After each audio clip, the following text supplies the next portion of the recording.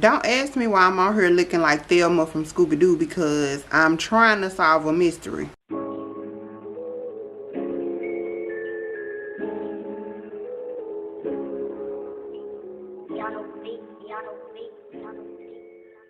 I am on here looking like somebody's strict ass auntie, or maybe like a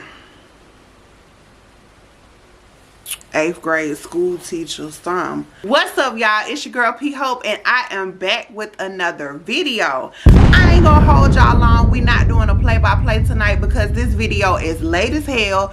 This episode came on last Friday, and it's almost Friday again. So, you know, please forgive me as I continuously ask y'all to do, because I know I definitely have faithful viewers out there that are looking for my love after lockup reviews, and I fuck with y'all heavy. You hear me? So I would not do y'all like that on purpose, but you know, life keeps hitting your girl. I'm still a newbie. I'm very much a rookie. So we're gonna get these videos together. We're gonna get this timing together. You just wait. Give me a little while and you're gonna be like, I remember when my girl used to be struggling, but she got it now. I thank y'all for rocking with me. But anyway, so what I was talking about in my intro, I'm a motherfucking psychic. Now, we know I tell y'all all the time I'm a Pisces, and Pisces are known to have, you know, like small psychic abilities or whatnot. But if I ain't say it, I said it. I told y'all that John and Christiana's sister got something going on. So if y'all didn't see them ending credits when it was a man sitting in a chair and it was a blonde haired lady on his lap, that was John and Christiana's sister. And I told y'all, when they was walking from that jail, when she was sitting there talking to Christiana, talking about some, yeah, and we're gonna get your bedroom all decorated however you want it, and whoopty whoopty whoop. I knew that bitch was plotting on John motherfucking ass then. But we gonna wait and let them get there first. We're gonna let them get there first, and if they prove me wrong, if that's not what I saw, then I'll come back and retract my statement. But you know, I'm feeling like I told y'all so. But like I said, that has nothing to do with this review. We're going to make this one short, cute, and simple. And we're going to head up out of here. So, we're going to start with Scott and Lindsay. Y'all know I've been waiting on Scott to bring his ass home for about 3 weeks now. And when all this probably happened in the same damn day. But either way it go, he finally done brought his ass home. She still got all his shit towed up in the yard. Who knows where the damn wet ass laptop is at this point. And by the time he walks in the door, his office space is completely destroyed. She got papers ripped up and thrown everywhere. She done took, I think it was a pair of scissors. She took something sharp. She took something sharp and carved "fuck you" into his desk. She, whatever kind of pills and medications that he had, she opened all the bottles and just threw the pills all around the room.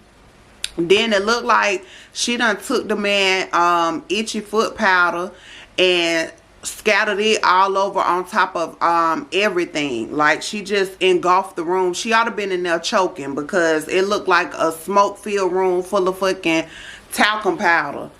And she's just really, it looks like a grown-ass woman throwing a hissy fit. Y'all know when a toddler can't get his or her way and they just fall out in the floor and just, you know, act a damn fool?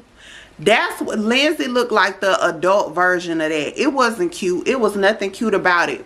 But y'all, I really think that this lady is thrown off in real life, because she really thought she was doing something. She thought she was doing something. And the whole time that she was fucking this man room up, she was on the phone with Terabelle. So, but she's talking so calm to Terabelle while she's you know, going through detail of what she's doing. She's like, yeah, so I just carved "fuck you" in his desk or whatever. So do you think I can go back to jail for that? And so I guess she was talking so fast, or I don't know if the reception was bad off up in Terabelle camper or what. But Tara Bell was like, huh? What are you talking about? And she was like, yeah, so are you going to come over? I really need you to come over here. And Tara Bell was like, yeah, I don't really plan on moving my camper right now. Because let me tell y'all, we know what that was. That was really Tara Bell saying, bitch, I'm not going to jail with you. That's not what we about to do. So at this point, Scott is standing in front of the damn threshold of the door, and he just looked at her and he was like, is all of this really necessary? And she cocked her head to the side and she was like, fuck you. So he was like, yeah, when she gets like this, it's best to just, you know, steer clear. Pretty much let her throw her damn temper tantrum. And, you know, whenever she's finished, I'll probably just make her ass clean it up, is how that'll work.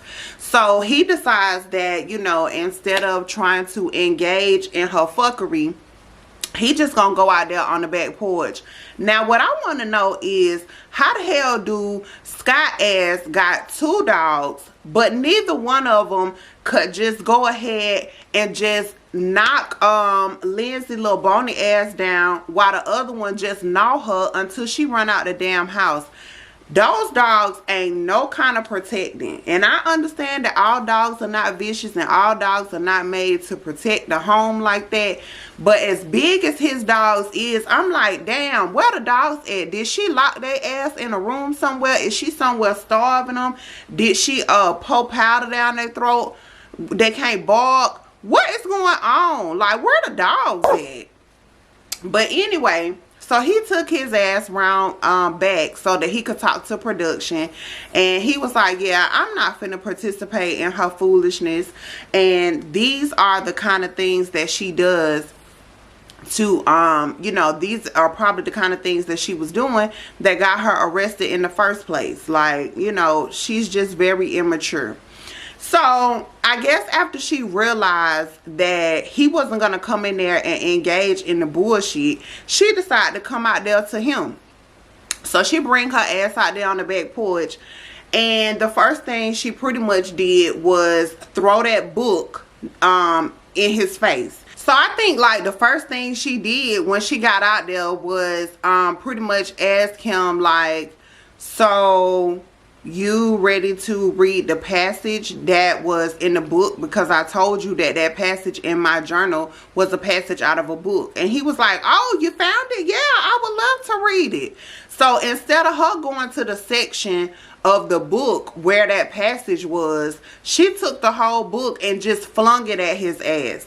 So he's giving her same energy. So he got his legs crossed in the chair with his cigarette going, and he was like, man, it's gonna take me a long time to read this. Like, you know, you don't want to just give me a page number, chapter number. You don't want to give a nigga no kind of clues. So while he's sitting there fumbling through the book, she want to say, so been with any prostitutes lately? That fool might have said, yeah, I met one in jail. I said, got him. Now, I thought that was going to be the part where Lindsay just kind of took a wrestling dive across the porch and jumped on his ass. But she kept her cool, and she was like, real funny. You real motherfucking funny. But when is the last time that you actually been with a prostitute? And he didn't answer the question to her, but he did answer the question in the confessional. He said back in his day when he was a single man that he was not messing with prostitutes, but he did call escorts for dates from time to time. So I guess he didn't know that Lindsay had already went into detail and had read us the conversation that was back and forth between him and the escort. But you know, he tried to clean it up and make it look like it was more on the classier side. Like he was just this businessman that needed a pretty damsel in distress on his arm so that, you know, he could go to the, you know, the beautiful event for the night. But no, that's not what that was. She done already told us that you was out looking for that wop. That you was out looking for a little zone. a little brain, if you feel what I'm saying. And then they were able to go into a confessional in the front yard with Lindsay. And Lindsay was like, you know, I'm just ready to get out of here because I promise y'all, I really want to do this man some serious physical harm. But I know that will get me back locked up. So I'm trying to just keep my cool, and I'm just going to continue to tear up his house, because what he needs to know is he's going to pay for all of these lies. He's going to pay for making me think that he was one thing and he's another. What the hell is this? Oh. I'm like, what is this dangling from my ear? I ain't used to this senior citizen ass. For real. Take 2. Anyway. So Lindsay ass was just cutting up in the front yard in her confessional, and then she goes back to the backyard and she was like, I hope you don't think that you make the rules. I want you to know for a fact I run this motherfucking house. So if you ever thought that it was anything different, then you probably need to think again. Oh, and if you didn't get the clue, this relationship is over. And I'll probably be smashing somebody else in your bed by the end of this week. So she thought she had said some shit, right? But y'all, the joke ended up being all the way on Lindsay, because the update is that Lindsay's motherfucking ass is back locked up. I don't know if any of you all follow Scott on social media. I personally don't follow him, but I watched somebody else's review that was just talking about Lindsay and Scott's relationship. And I think that he posted this just like 3 or 4 days ago, letting us know that Lindsay has been locked up, and Scott did call the police on her for all of that vandalism that she did in his office in the house. I don't remember if the YouTuber said that she had done anything else besides what we actually saw on camera, which was, of course, throwing all his clothes out in the front yard, destroying his electronics, and completely, you know, demolishing his office pretty much. And then the carving, I know he did say something about the carving of "fuck you" in that desk. So he did end up calling the police on her for all of that stuff that she did. And what actually got her locked up for as long a time as she's going to be doing is she also has a drug possession charge along on top of what Scott had already called the police on her about. So I don't know what the hell Lindsay had going on, because wasn't she like on house arrest or something? I know that she was on house arrest when she first got there, but I thought she was still on that monitor even after her 14 days of quarantine. But maybe I was wrong, because I mean, did you turn Scott house into the trap house, or was you just able to go on about your business? So as soon as you were able to leave the house, you started back, you know, slinging dope. Let us know what the hell was going on with you, Lindsay, because you wasn't even out long enough to really get a taste of freedom, because you said you felt like you were more locked up in Scott's house than you were when you were actually in prison. So now you right back to where you didn't want to be. Even though you have already spent a very long time in jail, at the end of the day, you're a grown woman. You're responsible for your actions. It's not okay as a grown woman to run around throwing hissy fits because things don't go your way or somebody says something that you disagree with. That happens to everybody at least once or 50 times in life, okay?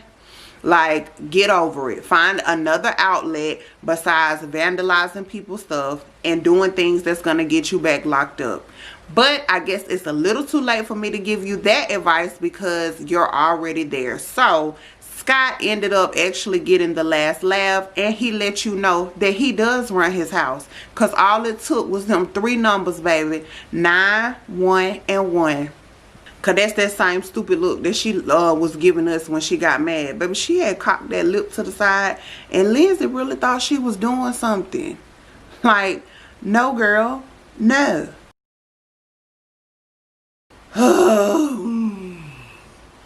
Andrea and Lamar. Andrea and Lamar. Y'all know Andrea exhausts me to the point where, you know, I'm glad it's already late at night, because all I'm gonna do is take a quick shower and go to bed, because just talking about Andrea makes a bitch tired. Okay, so we're still at the point where Andrea is fuming mad about Lamar's decision to go take Priscilla to meet her older sister Shantae. She's still stuck on the fact that it was not okay, that she was not privy to the fact that they were going to see Shantae, and that Lamar had Priscilla lying to her about even seeing Shantae in the first place. So what she decides to do is toss her ass up in the house and say, come on kids, everybody pack your things, we're leaving. So Andrea, Tennyson, Nyla, and Priscilla all get up in the car, which they have a really nice car. And, you know, they all got their things. And she's like, you know, we're going to a hotel tonight. And by the time she pulled out to the end of the driveway, Tennyson was like, let me out. I can't go. And so Andrea's looking like, what?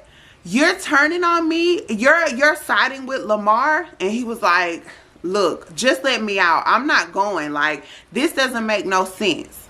So soon as Tennyson jumped out, Andrea started feeling like Tennyson had picked a side. Tennyson has chosen to, you know, join alliances and join forces with Lamar. But that wasn't the case. Nyla broke it down a little better, and she had to explain to her grown-ass mama that because their relationship is so stressed and is so, you know, toxic pretty much, that Tennyson and her have to play the role as parents, because Andrea and Lamar are the actual children in the family, in that household. So, you know, when children can't seem to get along, that is what most parents do. You'll have one parent take one child while the other parent takes another. So that's pretty much what Nyla and Tennyson did. Nyla went with Andrea and Tennyson went with Lamar. And, you know, Tennyson definitely did his best to kind of do a temperature check with Lamar, make sure he was okay. And he said he really just wanted Lamar to not feel like everybody was against him, and to let him know that, look, you're not in this alone. You know, it's not like when y'all fight, you know, we just always agree with mom. No, that's not it. Y'all know this phone don't never do shit. Right is right and wrong is wrong. And she felt, I'm sorry, and he felt like Andrea was wrong for what she did, which a lot of us feel that way, and me included. I feel like Andrea takes stuff completely to the left when she doesn't have to. She's already so-called explained to us the issue that she has when it pertains to Shantae, and it wasn't no big deal. So for you to be blowing up like this about Lamar so-called having Priscilla lie to you or whatever, it's just too much. It's just absolutely too much. It stresses me out. But anyway, they make it to the damn hotel. And Nyla says there's nothing like she thought it was going to be. She thought they were going to end up at a really nice hotel and end up having a really cute family moment. But it's not. It's sad, it's lonely, and it's weird because, you know, everybody's in their own feelings about it. So, you know, little Priscilla, she speaks her piece, and she says that she just wished that pretty much they could all be one big happy family. And then Andrea goes into talking to the girls about, yeah, she understands that, you know, they're in a weird place and that it's pretty much a toxic relationship, and she doesn't want her kids to get used to looking at arguments and things like that as the norm, because she doesn't ever want her kids to have to go through what she's going through with Lamar. Well, first of all, nobody told you to get with an inmate. That's first of all. Second of all, you're no angel. And third of all, you're not setting a good example for any of these children. You have all different ages of children. You have both sexes of children. So you need to do your best to be as much of a role model as possible. But like Nyla already told you, they're way more mature than you or Lamar could ever be. And I don't even really want to say Lamar, because from what we see, and I do understand that editing is a fool, but from what we see, it's always you that's acting an ass. And then at some point, you just push Lamar overboard, and then every now and then, he begins to act the ass with you. So, you know, you probably need to seek some kind of talk to somebody. You need to just talk to somebody, because you're going to have to get a hold of yourself, because you are only a few notches away from throwing temper tantrums like Lindsay. You're only a few notches away. So get that shit together, Andrea. Michael and Sarah. Okay, we are still at the scene where Sarah is at the hotel room, and y'all remember the last thing he said was you know, that he was a good dad or whatnot, and that shit just sent Sarah into a damn frenzy. Okay, she said, you know, you just need to own the fact that you are a piece of shit when it comes to being a parent. And I think we all pretty much see that. But, you know, she just couldn't stand the fact that he doesn't see that in himself. So her and Aviana end up going outside of the hotel, and Michael followed right behind her. And so she's like, go over there and play, Aviana. Go stand in the shade, whoopty whoopty whoop. And then soon as Aviana take about 5 steps away, she went to hollering, don't come out here talking to me, Mike. Don't talk to me, Mike. And I'm just like, okay, here we go. Here we go. So he's like, what? Like, I don't even understand where we went wrong. I don't even understand, you know, how it got to all this and what you so upset about and this, that, and the third. And she's like, why you don't understand what I'm trying to say to you? What I'm trying to say to you is, you're not that guy that you think you are. You're not this magnificent father that you keep putting yourself out there to be. And he's like, what is you talking about? I've been a grade A dad since, you know what I'm saying, Buck was a calf. Since, you know, cigarettes was the cool thing to smoke. Like, I've been that dad.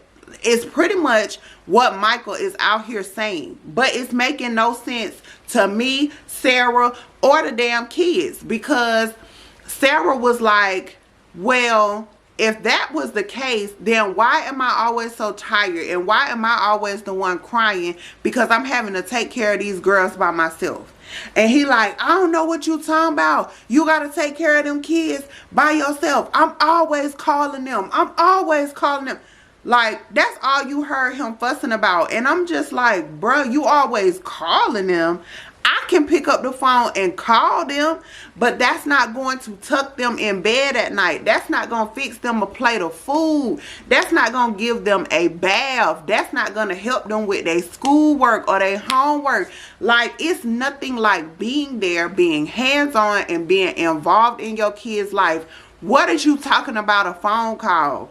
And even when you was locked up and you making these so-called phone calls, you still taking food out your kid's mouth because Sarah got to pay to talk to you for a decision that you made to go out and do the wrong thing. So, Mike, stop it, bruh. Stop it. Because right about now, you're making yourself look really stupid because you don't realize how long these cameras have been following you. You got to go all the way back to when you was fucking with Megan, when we first met you. Like, Sarah has been doing this same song and dance with you for a long periodically time. So miss us with that I'm a good dad shit, because that's not it, bro. Sarah keeps pacing back, forth, here, to, fro, everywhere. She has turned into a wild animal in these folks' parking lot. She out there looking like the scene from a couple of episodes ago when Mike had Maria ass out there about to fight her. She was looking like, you know, Maria was, the ghost of Maria was out there, and she just kept flying back and forth through the damn parking lot because she wants to get her point out to Mike, but every time he comes back and his rebuttal is what kind of dad he is, and we know that that's not true, it just keeps continuing to send her in a rage, and it's making her have to kind of walk that shit off so that she doesn't act a fool in front of her kids. So the conversation pretty much gets absolutely nowhere, and then, you know, it just goes to a point where both of them have calmed down. Sarah is finally being still. Mike is sitting his ass on a bench somewhere, and he was like, look, Ma, regardless of how the hell I feel about you, regardless of how the hell you feel about me, because the other thing that Mike kept saying was, you do the things that you do pertaining our children because you still have feelings for me. Sarah swears up and down that that's not the case, but Sarah, in all actuality, that's the only thing that I can agree with Mike on. I really do feel like it's still some feelings there. I think you deny it to the camera, and I think you probably deny it to everybody because, number one, of course you're trying to build a steady relationship with Malcolm, but number two, you don't want to be Debbie Dum Dum. You don't want to be out here looking stupid, and you definitely don't want to admit something that crazy on national television. You don't want to admit to the world that no matter how trash of a father he is, and no matter how much he does or doesn't love or care about you, it's something that's still holding you to this man. And, you know, that's why they made that song. Everybody plays the fool. And I'm sorry, Sarah, but you that fool, baby. And it just is what it is. Now, I will tell you this. Mike is going to eventually hurt you enough that you'll look at Mike and honestly be trying to figure out to yourself, like, what did I ever see in this man? What the hell possessed me to have not one but two children with this man? And like, why didn't I lose his ass a long time ago? You'll eventually get there, but you're not there. So you can keep trying to convince us and convince yourself that you don't have any feelings there, but mama, you do. You do, and it's okay. So coming off of all of that, the ending of their scene was Mike pretty much saying, look, I just want to co-parent as best as I can for these kids. So what I want you to do is go home, lay them kids down. Later on tonight, I'm going to come by there and we're going to work everything out. Now, he probably wanted to just say, you know, get the kids to bed. Make sure you done already had your shower. Put on them panties that I like. I'm going to do you right. And, you know, we'll talk about this parenting thing next month. That's probably what he really wanted to say. That's probably the translation of what he actually said. But it is what it is, y'all. That was Sarah and Michael. Just Sean and Destiny, because y'all know that Sean get on my everlasting damn nerves. But their scene was definitely really short this week. So Destiny and her mom are just out on the porch, and they are drinking some alcohol and discussing the fact of court, because Destiny actually has court the next morning.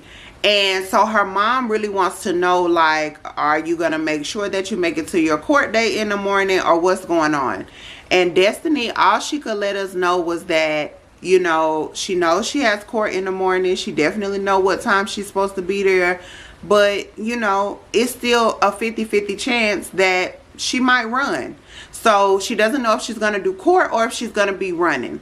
And then she says that it's cold out there, even though they were drinking liquor, and she wanted to go inside. So they move inside, And then the next scene cuts to Sean's ass. So Sean is back at home and he is packing, because don't you ever forget, he done borrow $1,000 from Kelly ass so that he can go down here and see Destiny, because he wants to make sure that Destiny makes it to this court date. Now, the fact that the pizza man done already gave away the address where Destiny is staying, that's one thing. But then the other thing is, are you just going to sit outside the courthouse and see if Destiny appears on time or not? Or how are you going to work this out? Because he's calling, he's blowing up her phone, and she's not answering. So, I mean, I do understand that that has him nervous, because he doesn't know if his $50,000 is on the line or not. And I thank you, Sean, because you did not talk about your $50,000 on this particular episode. So I'll just go ahead and do it for you. He's packing his shit so that he can go on down there and see what the hell she gonna have going on. But Destiny doesn't have a clue that he's on his way. Then when they pan back to Destiny and the mom, they're back in the house, of course. And Destiny says that, you know, she's not answering the phone for Sean. She doesn't really care if she talked to Sean or not, because she felt like when she first met Sean that she had hit the lottery, but his ass ended up being a fucking nightmare. Now, while they're at the table in the mom's house, they end up having a very serious moment. Destiny let us know that her mom is a recovered drug addict, but at the time that she was young, you know, her mom was really strung out dealing with substance abuse. So while her mom was pretty much just, you know, out doing her own thing, Destiny suffered some child from the hands of her uncle. And she said that this happened to her all the way up until she was age 13.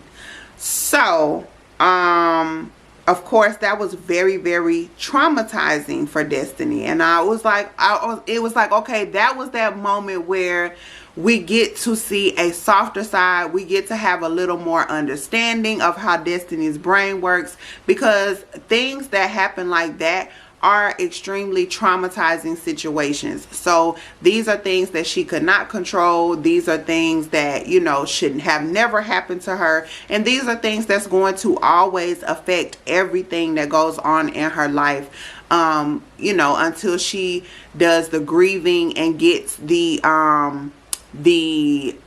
mental and physical help that she needs to get over the situation.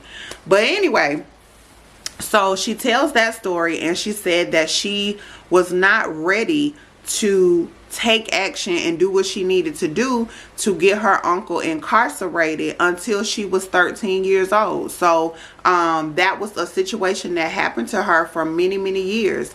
And I was like, oh, Destiny. But, you know, I do understand that some of the stuff that gets Destiny in trouble is self-inflicted, and it has nothing to do with her situation. So it's like, even though my heart felt for her, like, I still know that she brings a lot of shit on herself. So, you know, they had a really touching moment. The mom was crying, Destiny was crying, and then I guess Destiny got to a point where she was like, look, this is enough mushy shit for me. I don't want to talk about it. But that was a segue into, because she had to go to so many different court cases, and it was so many hours in court dealing with that situation of what her uncle did to her, that now that she has to go to court for herself, those are triggering moments for her. That's triggering. So that's why it's such a hard decision if she's going to show up in court tomorrow or not. So, you know, I'm sitting 50-50 with it, because it's like, I understand that you don't want to go because you're reliving that moment. And her mom told her that pretty much, you know, you're just gonna have to put them big girl panties on and handle your business. You know what I'm saying? When you step into that courtroom, your uncle ain't gonna be there. This is not that situation from back in the Gap, and you gotta do what you gotta do so that you can go ahead and get off these folks' paperwork. And so Destiny was pretty much just like, yeah, I hear everything that you're saying, and you know, at the end of the day, it's still up to me. But her mom just said, look, well, I just want you to make the right decision because I'm getting old. This situation is stressful. If you go on the run, you know, it's not going to be good for my heart. I'm getting too old for this shit. You getting too old for this shit. So, you know what I'm saying? Just think about it, pray about it, and we'll figure it out.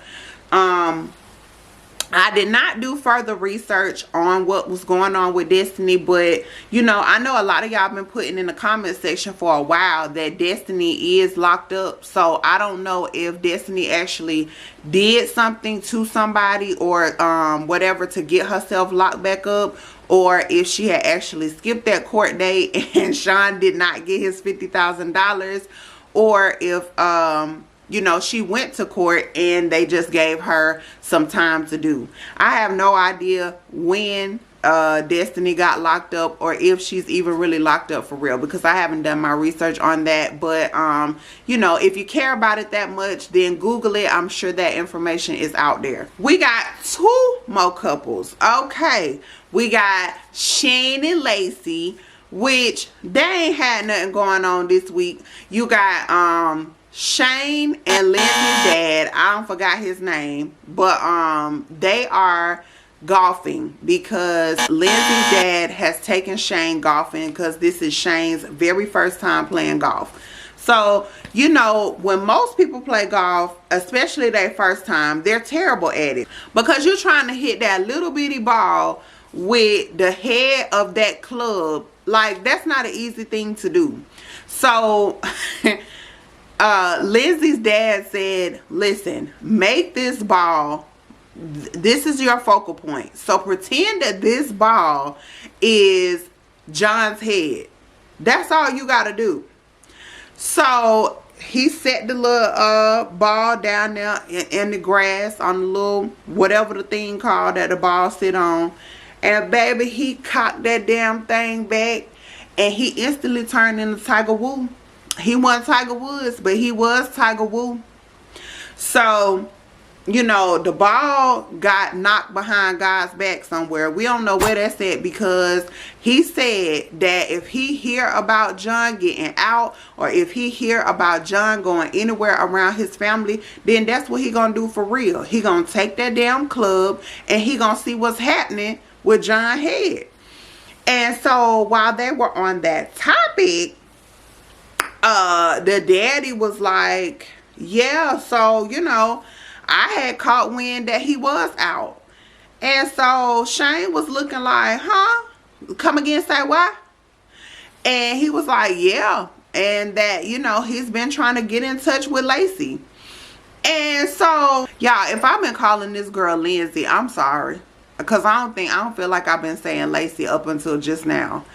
Listen, it's late. Forgive me. But anyway, so at this point, Shane ass done got to looking crazy, because he's like, wow, you know, if John done got out and Lacey knows that he's out, but she didn't even, you know, she didn't even tell me nothing about this. She didn't even think that it was okay to just run it by me. Like, that ain't some shit that I wanted to know. Like, it's no telling what else kind of secrets that she holding. So then it pans to a scene inside of the little, it looked like they at the golf center with the guys. So Lindsay is, see, I knew I had been saying Lindsay. Lacey was sitting in there with her friend. So she's sitting at the table talking to her friend. They just kind of catching up. Hey girl, you know, what's up? How's everything going? And then she was like, so how's Shane doing? And she was like, oh, Shane is fine. You know, he's just working for the temp agency. And, you know, so he's trying to keep a steady job or whatnot. And then she was like, well, have you talked to John? And she was like, well, you know, actually I have. I talked to John. You know, he's out. He tried to contact me. And she was like, girl, did you talk to him back? Did you reply? And she was like, no, I didn't reply, I didn't reach out. And then she was like, well, does Shane know? And she said, well, no, Shane doesn't know. I don't think I'm gonna tell him because it would just be too much. It would just cause too much confusion. And I'm like, bitch, you ain't telling him because you trying to figure out if you want to get that ping one last time, or if you just gonna let that situation go, because you know it'll be okay to get that ping one more time because you pregnant. And even though that is nasty as hell, it is a way for you to not get caught. So I feel like that's the reason that you don't want to let Shane know that Mr. Man is out. But I'm gonna mind my business. I just wanted to put that out there because I done already told y'all what was up with John and Christiana and that damn trifling ass sister. So just watch what I say about Lacey and John. I know I am always putting Brittany and Marcelino on the back burner, but you know, I don't know, because I love them so much, but they don't never really give me a whole lot. So I just always put them last. But anyway, y'all, their scene starts with Brittany and Marcelino in the van. They are on the Scooby-Doo hunt for Miss Cindy, because she has not been able to get a hold of her mom ever since they left the counseling session. So Brittany is really worried about her. So she's like, well, come on, Mars, let's ride over to the motel, whatever. They get over there. Y'all remember, we saw that. Now they finally get the door open, and when they get in the room, nobody was there, and it doesn't look like nobody slept in there the night before. So this makes Brittany more concerned. So they go on foot. It's Brittany, Marcelino, and it looks like they have a pit bull. So them and the dog are walking the streets of Vegas looking for Miss Cindy. They're holding up pictures of her, asking people have they seen her. Nobody's seen her. So long story short, 5 hours later, Miss Cindy ass pop up out of thin air. And Brittany was like, Mom, where have you been? Like, we've been trying to get in touch with you. Because Brittany had even called her sister and was like, have you talked to Mom? And she was like, no, I've been trying to contact her for 2 days and she's not picking up.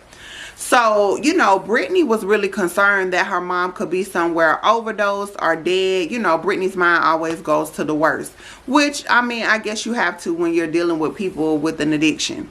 So, anyway, when she catches up with her mama was like, hey, you know, what are you doing here? And she was like, where have you been? And she was like, what? Like, I was out with my boyfriend.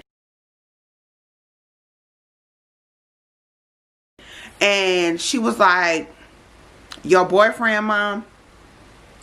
And she was like, yes, I was out with my boyfriend. And she was like, will you just come home with me? I would really like it if you just come, you know, just come with me. And she was like, okay, fine. Miss Cindy get in the van, and as they're driving back to Brittany and Marcelino's house, she was like, so Mom, what were you doing out? And she was like, you know, I'm sorry for having y'all out looking for me. I'm sorry for scaring you guys. But, you know, the truth is I was really hurting. So I went out and searched for some pain pills. And Brittany was like, well, did you find any? And she said, no, I didn't. But I'm going to tell you, just from her calm demeanor and how she was already talking to Brittany from the time that she ran up on her before she got into that motel room, and the calm demeanor that she had all the way to Brittany's house, I think that Miss Cindy, oh shit, I'm over there falling apart. I think that Miss Cindy had already found her some pills. She had already taken some pills, and they just had her in a real calm, relaxed state. And she just didn't want to admit to the fact that, you know, she had already been out and she had already got her fix. So she probably went off up in Brittany's house, and she was more than happy to just, you know, find her a spot on the sofa, on the floor, or, you know, the nearest bed. And that was it. And that'll be it till in the morning, or till she claims she's in pain again. So I don't really know, Brittany, I don't really know what you can do, girl, besides what you already doing, trying to get her as much help as possible. I really don't know what y'all gonna do with Miss Cindy. And, you know, I don't want to give up on her. I don't want to have the Marcelino spirit, y'all, because we all know Marcelino is absolutely over it. I think at one point in the car ride home, Brittany had asked her, did he have anything to say? And he was like, no, I'm just mentally exhausted. Like, I'm over all of this shit when it comes to dealing with your mom. That's where Marcelino is with it. And I can't say that I blame him, because like he said, he's already had to go through it with his mom. And it just seems like Miss Cindy is a hopeless case. So, you know, we'll just have to stay tuned with these people, because that's like an ongoing story. Good thing I got them last. But anyway, y'all, this is another review done and done, even though it's like super duper late. If you have stopped by this video on purpose or on accident, I love you just the same. If you like this video, then definitely make sure you hit that thumbs up. If you like your girl, then go ahead and hit that subscribe. You can't miss it, because it's red like this this goddamn 1995 whoop, there it is how. So go on and hit that subscribe button. And you already know I want you to be happy, be healthy, be safe. This is your girl P Hope. Catch y'all in the next video.